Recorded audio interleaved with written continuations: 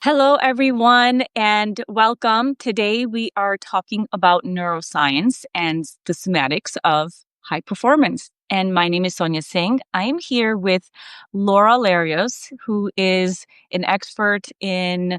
I'll let her introduce herself, but she's an amazing woman who does a lot of work with neurosomatics, and she'll explain what that is and the connection between neuroscience, somatics, and high performance, and how does that show up in leadership?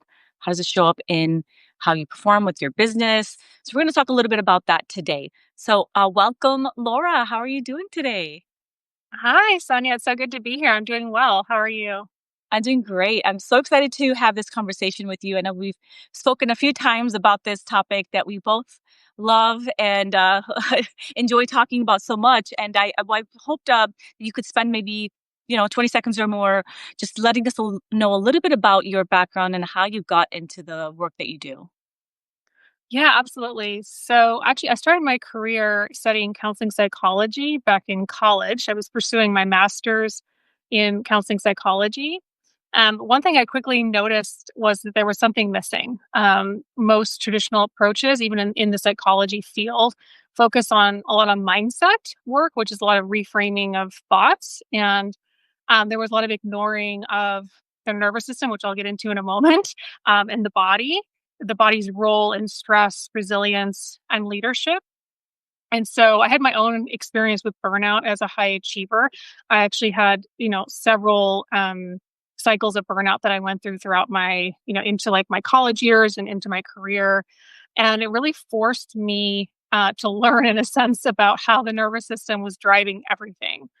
My decisions, my relationships, and even like the revenue in my career. Because at the time I was working in a job, and then when I became an entrepreneur, and so I realized every time my nervous system collapsed, my revenue was collapsing, things in my personal relationships weren't going well, and then it clicked. Like my nervous system is the revenue ceiling here. And so through my studies of the neuroscience of the nervous system and somatics, which is where we get this blend of neurosomatics, um, I really learned how to first like regulate my own nervous system, increase my own capacity for the goals that I had within my own business and in my relationships, but also then taking this to helping leaders, corporate execs, entrepreneurs rewire their nervous system so they can stop having these like $1 million strategies, but only $5 worth of nervous system capacity to hold it. That's essentially like what I do with a lot of people. So whether they're, scaling their companies or maybe you work in a corporate role right now and you're like looking for a promotion or you're scaling your business as a founder, it's the nervous system is the bottleneck for the breakthrough. And that's really what I help my clients with because that was the thing that really shifted everything for me. What is somatics? Yeah. What Yeah, does that that's a really great question. mean? Yeah, because what's this word somatics? Yeah, which is so somatics means body. So it's how your body tells the truth before your mind does. So actually our body communicates more to our mind than our mind does to our body. That's what the recent neuroscience is telling us. So if you've ever like underpriced yourself or choked on a sales call or in a meeting with a one-on-one or push through exhaustion, that wasn't strategy failing you. That was your body, your somatics calling the shots. So, really, like when I'm working clients on this somatic level, we're working with the body so that you can stop ignoring the signals that it's giving you. So, you can stop leaking revenue, as one example. And then when you work with it, you multiply capacity. And then, of course, your income and other goals reflect that. So, it's working with the body versus just the mind. Got it. And do you have any examples of people that you've worked with and how this work has helped them in either their business or in their careers? Oh my gosh, yeah, so many examples. Well, I'll start with that one client actually right now. She's a VP in a marketing company, and she's doing very well in her career. Like kept getting promoted all the way up to VP, which is amazing. However, she was starting to notice that in meetings, like she was rushing like from meeting to meeting, so she would always back to back meetings. And she was finding herself really anxious in all of them, like a lot of looping, like racing thoughts. Like she would forget like what people had said in the meeting. And then there was a lot of like checking in afterwards, like, well, did you do this? Or what's going on here? And things that were already said. But because her nervous system was so dysregulated. Her prefrontal cortex, the part of your brain that's responsible for executive decision and strategy and listening, wasn't fully online. And so she was just finding herself consistently spinning her wheels, spending, hours at night catching up on things that, could have been, probably most likely completed earlier, but because her system was in so much survival mode, she was sometimes up till like 1 or 2 o'clock in the morning catching up on things. So through our work of the somatic work, the nervous system work, she started to have less looping thoughts. She was able to actually turn on more of those executive functions when she was in meetings. And there was a lot less of that, like staying up late at night, catching up on things. She's actually sleeping better now. Her team's doing better than ever because like there's like this cohesion now in their communication. She's giving positive feedback, which she wasn't giving before because she was always in a hurry. So people feel now like that their role means something, that they're being appreciated. So they're actually going above and beyond. Like the things just keep like rippling out from the effects of this. But yeah, that's one example.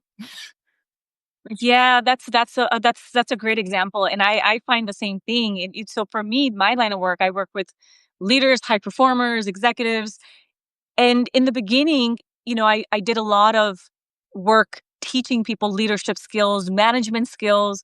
How to solve problems, how to build these teams, and how to execute all those kinds of strategy implementation, all of those things, which are very helpful, and all of those things are critical. But what I was finding was the leaders that were getting stuck, that they had all the strategies, Mhm. or they were learning the strategies, but they weren't actually able to execute them, just like you said, because they're so Yes. dysregulated. However, I noticed that majority of them did not have the awareness to even know that they were Mhm. and I wondered, how does that show up as when people come to you, are they already ready? They know, hey, I'm dysregulated, I need help. Or is that also something that you help them discover? Yeah, that's such a great point. It's a little bit of both, particularly for high achievers. What's really interesting is that a lot of them, because the baseline for stress is so high, that a lot of them actually think they're not even stressed. So even using the word stress, they're like, "What are you talking about? I'm not stressed. Like I'm putting fires all day long out." Um, so really, it's like there's a couple things. One is asking them first, like a lot of people these days are wearing trackable devices like an Aura Ring or a Whoop or something like that, looking at their HRV. So that will tell me a lot right there, not just the actual score on one day, but actually looking at the pattern. So one of the things, like when I'm first having a conversation with someone who's just open and like curious and like, just like, okay, how can I improve my performance in some way? Or maybe more of my executive presence, or like you were talking about, like my executive leadership. And one of the first things we'll look at is like, okay, what's your HRV? And I want to see the whole pattern, not just one day. And what I see is a lot of these individuals, like they're not properly recovering from stress. So that is telling me that actually you are under a lot of stress. There's a lot of bottlenecking that's happening here.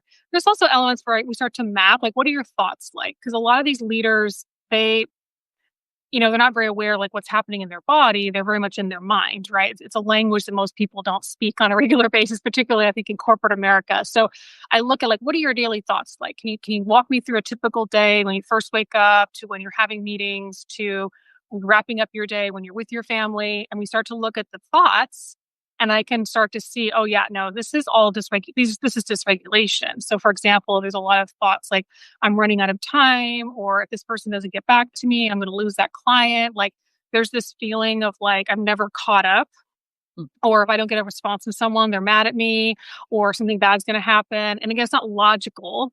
That's telling me that their system's in fight or flight. And the majority of these individuals, when we start to map the thoughts, we really see it very clearly that, oh, actually, no, I am under a lot of stress from the HRV, and then looking at the continual thoughts they're having on a regular basis. Wow. So that's powerful. Showing them, well, first using data. So having to Hmm. measuring some type of biofeedback that tells you, hey, you Yes, might think that you're not stressed, but let me show you what the data is showing, right? Your body exactly. is Yeah. is telling you a different story.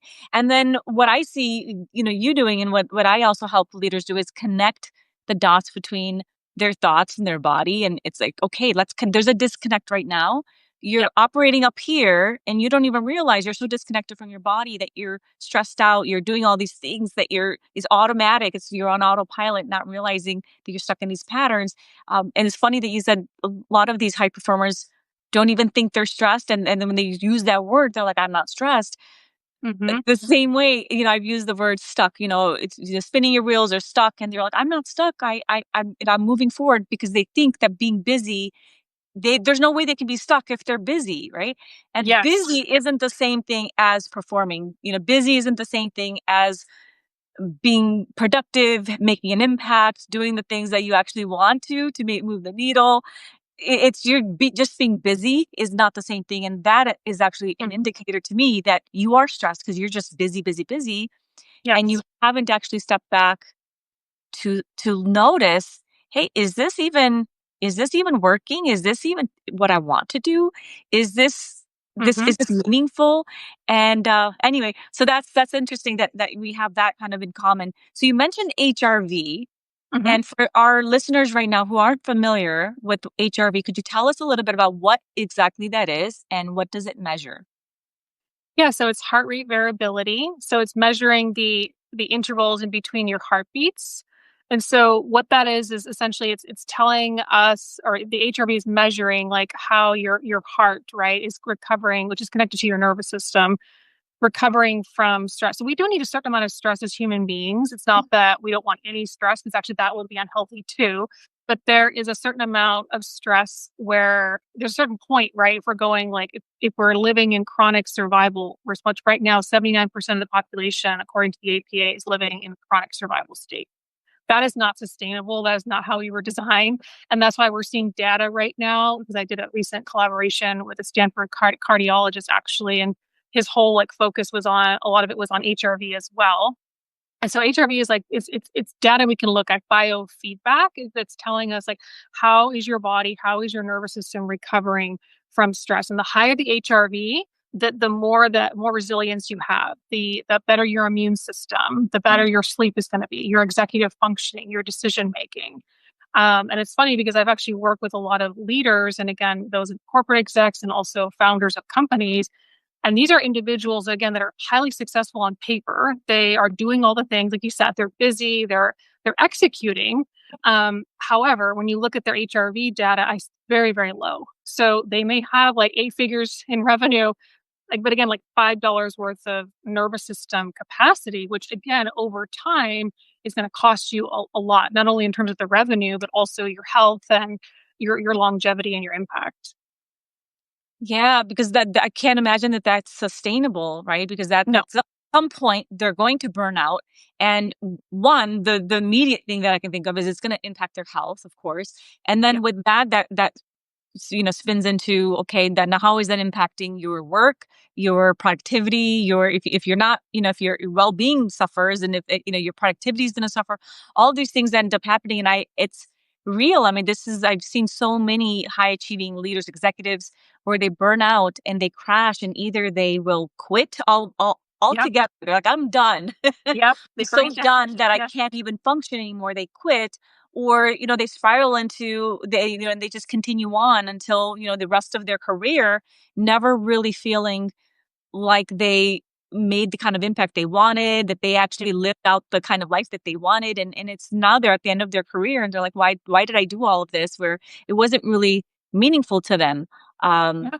yeah, yeah. Yeah. Well, HRV, I love that you said that, because HRV is directly correlated to second guessing yourself. And here's the thing, like when you are, let's say you are trying to build wealth in some capacity, financial wealth. There's also wealth in terms of health and relationships and those things. Actually, it covers all those areas. But let's say is in terms of financially, you're trying to build that wealth. Like if you're consistently second guessing yourself, that is going to have a huge impact on you being able to sustain that wealth. Mm. Tell me more about the second guessing, because that's something I think that happens to a lot of high performers who, on paper and on the outside, it's like there shouldn't be any self doubt. They're already performing Hmm. so well, but there's still this inner self doubt that is keeping them at a level where they could, certainly surpass that, but they're stuck in that. I don't know if this is right. I don't know. There's uncertainty, and they live in this land of ambiguity that's so uncertain to them that, ambiguity is something that we all have to deal with. But when we are comfortable with ambiguity, that's when we're not stressed, right? We're like, okay, this is part of the deal. Yes. I know that this comes with the territory, and I'm going to be okay, versus, oh my gosh, I don't know what's going to happen. And you start Yeah. doubting yourself, and you start doubting your abilities. Yeah. So do you have any examples of where that's shown up for people? Yeah, it's really interesting because I feel like with a lot of high performers that I work with, like they wouldn't, it's all internal, like you just said, right? So in the meeting or when they're around other people, you would never know, right, that they're second, quote unquote, second guessing themselves. It's an internal dialogue that's happening. But usually, like what I'll see is like they'll be in a meeting, maybe it's a high stakes meeting. They're making a presentation around something. They're proposing something, maybe an idea for the company or for the team, something that they want to roll out in the future, and then after the meeting, there's all this like second guessing around how they said it. Did that really land for people? Am I going to get the result that I want? They're not really anchored in their themselves and their ability to what they just delivered essentially. And then there's this like the scarcity that starts to come in, and like this feeling like it's all going to get taken away. Like it's not even like there were some good points that they feel like they could anchor into. They can't hold it very long. I see a lot of leaders that cannot hold goodness for very long or success. They're already moving on to the next thing, or they're thinking it's going to fall away. It's going to disappear tomorrow. Oh, that is so good. That's juicy what you just said right now. They can't hold on to that success, right? So No.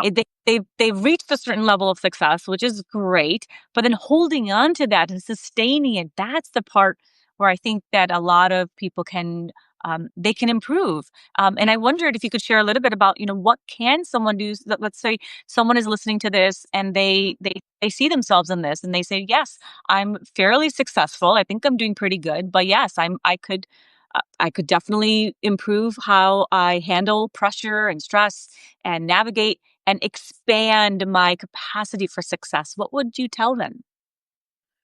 Yeah, well, I feel like there's so many things. Number one, I think I would normalize it a little bit because I think that helps the nervous system. We know we're not the only ones. So, number one is you're not alone. There's a lot, like I said, 79% of the population, if not more, is in this state right now. The second thing I would probably, just name for them is that the good news is that because of the neuroplasticity of our brain and our nervous system, these patterns can be rewired, right?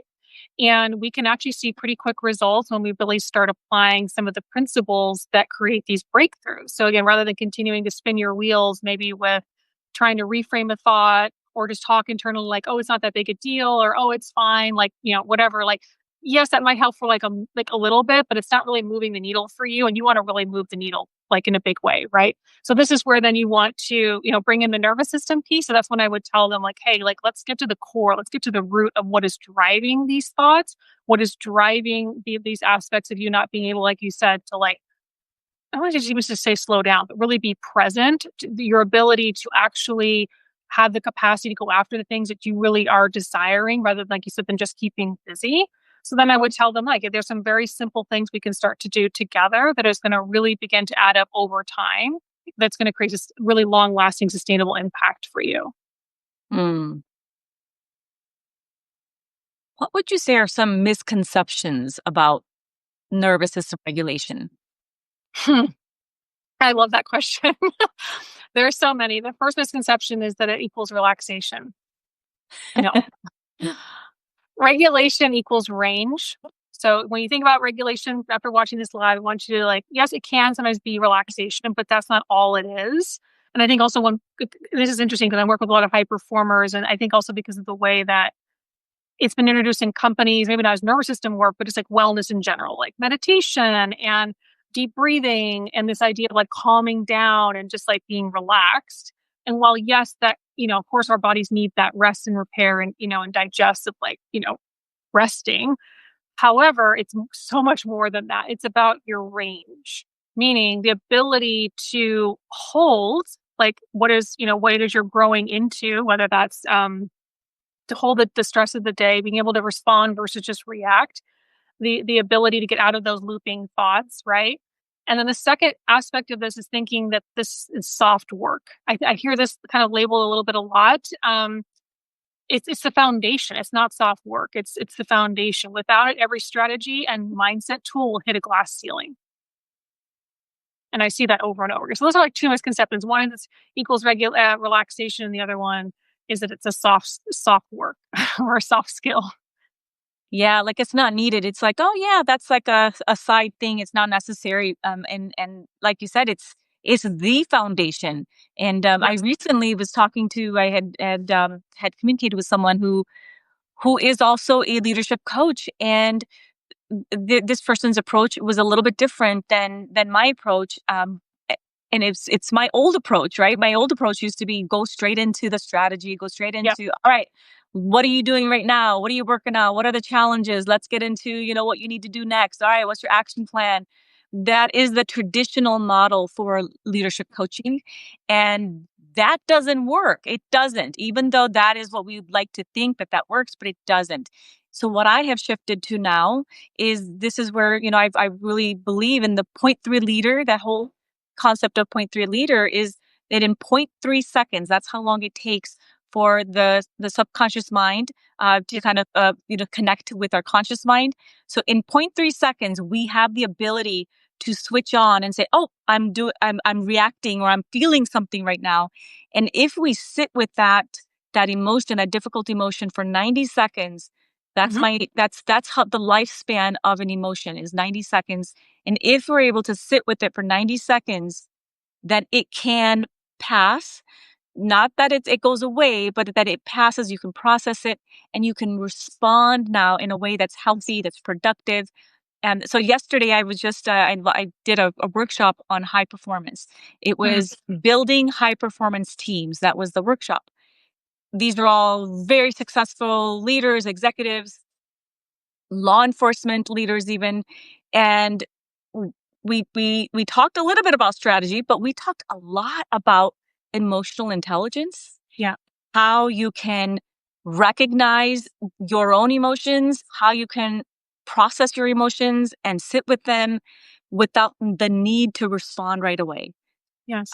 and I don't know if this is something that you notice, but with high performers, I see a lot that there's this false belief that you have to respond right away. When someone Hmm. is saying something, they sent you an email, they sent you a text, or even if it's a Yep. verbal interaction with someone, just because someone has said something or asked or made a request doesn't mean that we have to immediately respond to them if if we are having going through some type of kind of difficult emotional, Hmm. process right now. We need to go through and process that before we respond in a way that's productive. Sometimes that's automatic, Yeah. right? Especially if we've done the work and you've really practiced and now you can respond right away. But for a lot of us, you need to step away maybe. Maybe it's stepping away, maybe it's practicing some of the somatic work that the practices that you do or that you teach.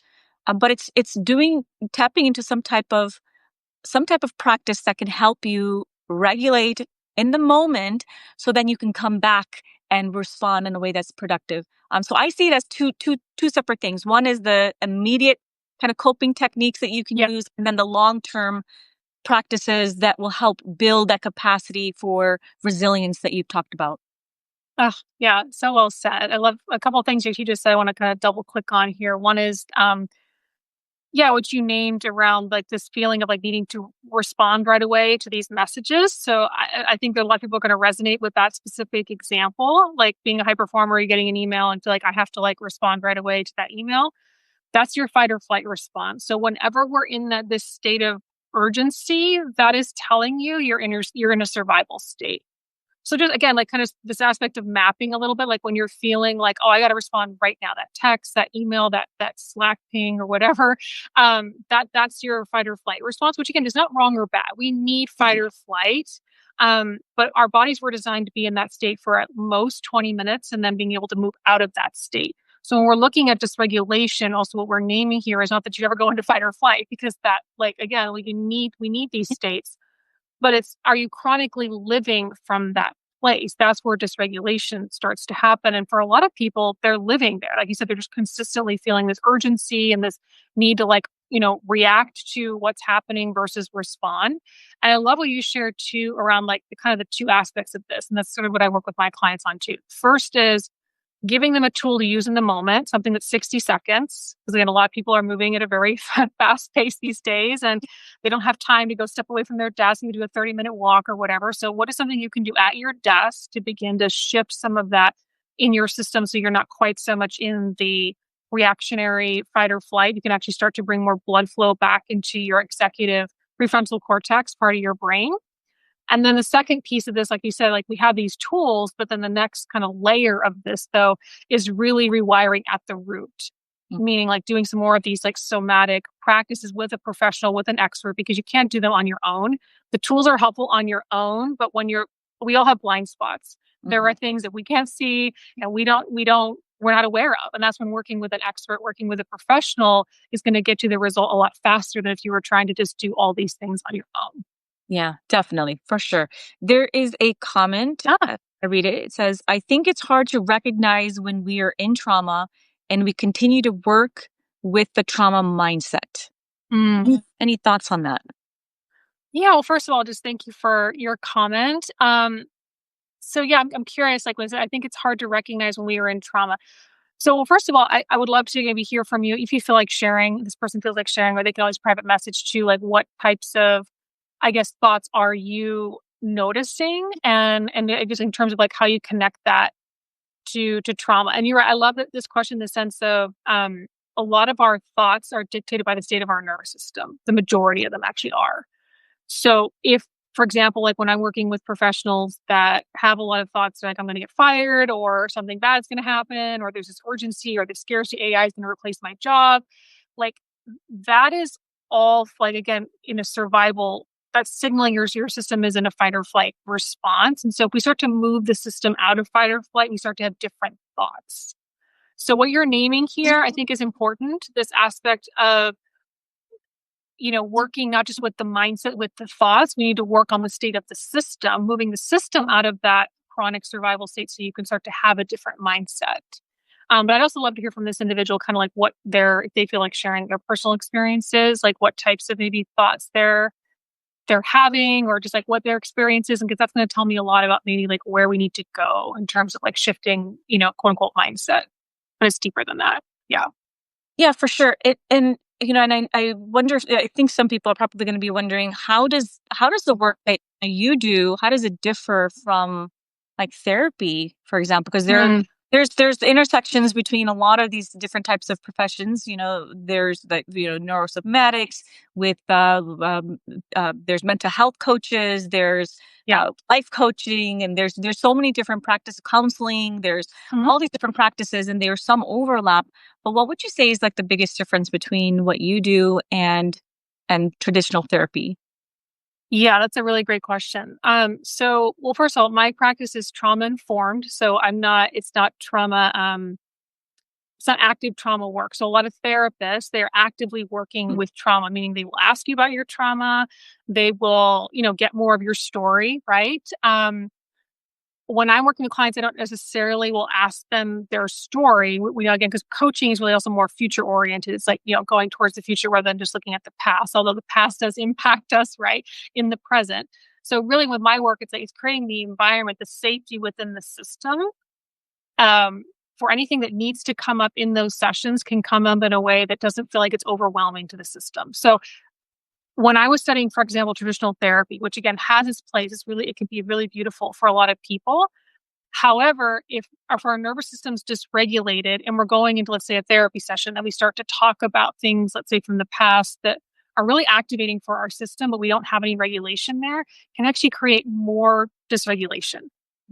And so what I do first with my clients is like, first, can we just bring in a little bit more regulation into the system before we even get into like any of these other kind of, just stories or things that they feel like they want to share, but it's like, let's get the regulation here first in the capacity so your system feels like there's some resiliency and ability to be with what is showing up here. So I get one of the big differences is that I don't actively work with trauma. The second piece would be the other differences, I think, is the regulation piece is always key for me and my clients, meaning like that has to be there first before any other modality or anything else that I'm going to do with them is the regulation first. Yeah. Yeah. Yeah. I am with you on that. I think that that's the biggest difference that I see, where those who go further, faster, are the ones that Mhm. can really focus on their body and how Yeah. they're changing their physiology. So Yeah. that's one of the things that I think is so important is, okay, well, first of all, is your breath, right? How are we breathing? How are we connecting our to our breath? Are we even noticing our breath? Are we even paying attention to what's happening inside of our bodies? We are so majority of corporate professionals, high achievers that I find in my experience are so, like you said, stuck in their heads. They're all day long thinking. They're using the part of their brain that is, trying to solve problems and Mhm. think more. And so more thinking doesn't always solve the problems Yes. sometimes, right? Yes. Sometimes it requires us to kind of step away. And that is why I think when we get a lot of great ideas, sometimes we're not doing anything. We're not even thinking about it. We're going for a Exactly. walk, or we're taking a shower, or, we're doing something totally different. We're not actually using our brains. And Mhm. that is actually when the great idea comes up, right? Yep. And 100%. because their nervous system at that time is not in survival mode. You are relaxed, but you're also that relaxation also allows you to open up creativity and innovation, because that innovation doesn't come to the surface when we're spiraling and trying to think of what I need to come up with a great idea. It doesn't come in those moments. it comes 100%. when it comes when we are regulated, when we're calm. And calm doesn't mean low energy. I think that's another Yeah. misconception that I often hear about, is in that if I'm calm, it means that I won't have the energy that I need to execute on my goals. And I find that being calm is different than, you can have calm high energy and calm low energy, right? You Yep. can have both, and both are useful, by the way. Both are very useful, but it's about recognizing, okay, do you have is it chaotic energy? You might have high energy, but if it's chaotic, it's not going to be sustainable, and two, you're going to drive yourself insane, and you're going to, cause stress with everyone else in the room, right? So sometimes Yes. it's not just that we're impacting ourselves, but when we are dysregulated, I find that we end up spreading that to other people in the room. Oh, 100%. I love that you named that too, that our nervous systems mirror each other. That's been verified within the neuroscience world. So the state of our system as leaders is literally impacting the state of everyone else, your team's nervous systems, your family's nervous systems. And that doesn't mean, of course, like everyone has their own responsibility for their nervous system, but like you as the leader though, right? Like your team is looking to you to co-regulate with you. So if you're in a constant fight or flight response, like I mentioned earlier with that client of mine, her team was in that same state with her, because she came to these meetings like talking super fast, not taking a breath, like you said, right? She was very distracted, and so that was like creating giving stress signals to them and putting them, more in that state. The other thing that you named, I think, was really important. That I don't diagnose things, but there are symptoms of things, and if you're constantly trying to strategize, or you're very disconnected from your body, that's actually a sign of trauma. So, again, it's very common. So, you're not alone. But when we're constantly trying to stay in our mind and not feel, and we're very disconnected from what is happening, that is actually a survival response from the system. It's trying to protect you. So, protect you most likely from some things that even maybe doesn't the system doesn't feel like we have capacity to feel or deal with right now, right? So we suppress.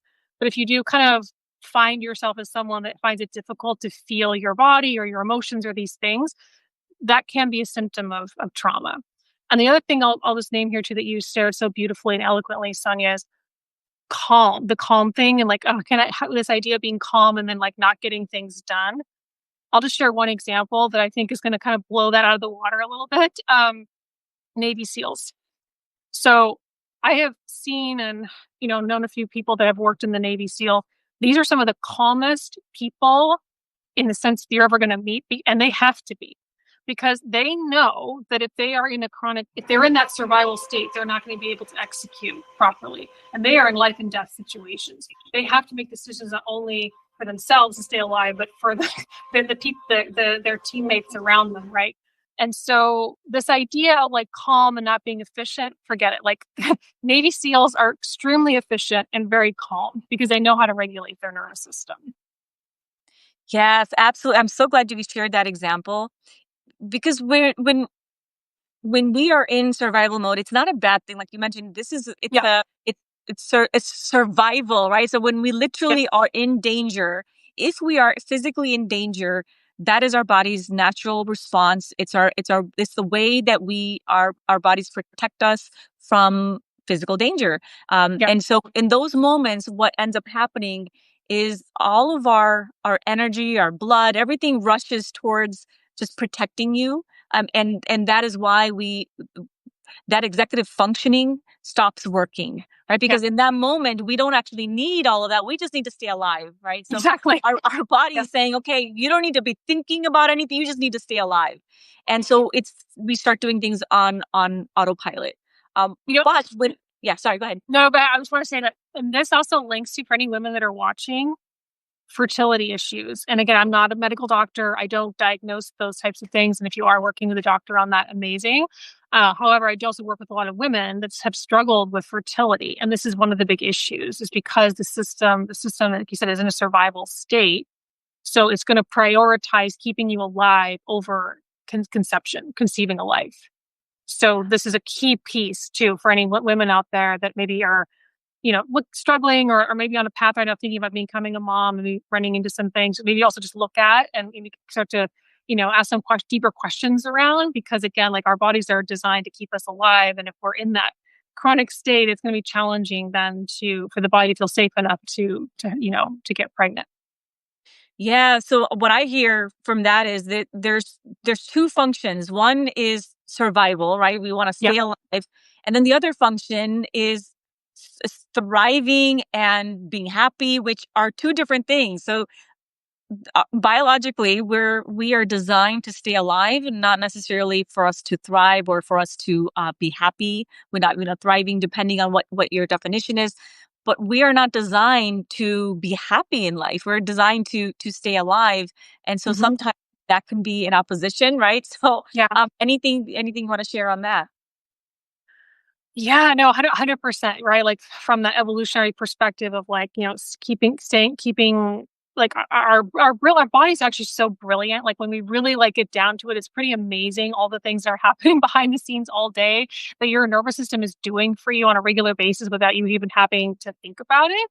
And so I think you're bringing up a really important point here, which is it's not the nervous system isn't thinking about your happiness. The nervous system is thinking about how do we keep you safe. And the other piece I wanted to speak to, I think that's great that you asked this, is that, if we can have consciously, we can have goals like I want that promotion, or I want to scale my business to 7 figures or 8 figures, whatever, or I want to expand my team, or I want to, I don't know, have a family or whatever the goal may be. But if your system is looking at that goal and says danger, because of again, there are various reasons for that, maybe like, I what capacity for that goal, I don't have that.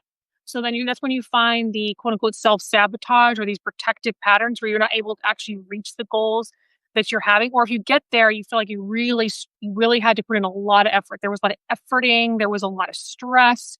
Maybe you got sick a lot. You got there, but at what Mhm. cost, right? Mm.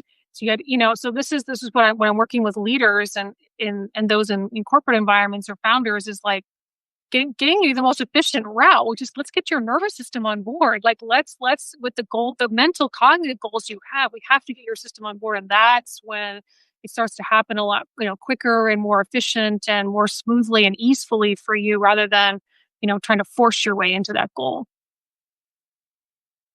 So as we now start to kind of wrap up our conversation, as you think ahead, where do you see the future of coaching for high performance? I see it based in this nervous system work. Honestly, I think this is the future because the future belongs to leaders who are emotionally regulated, who can scale sustainably. AI right now, right, is growing more and more. It can optimize things, strategy, frameworks can analyze, but only a regulated leader can hold massive results without stress, pressure, or sabotage.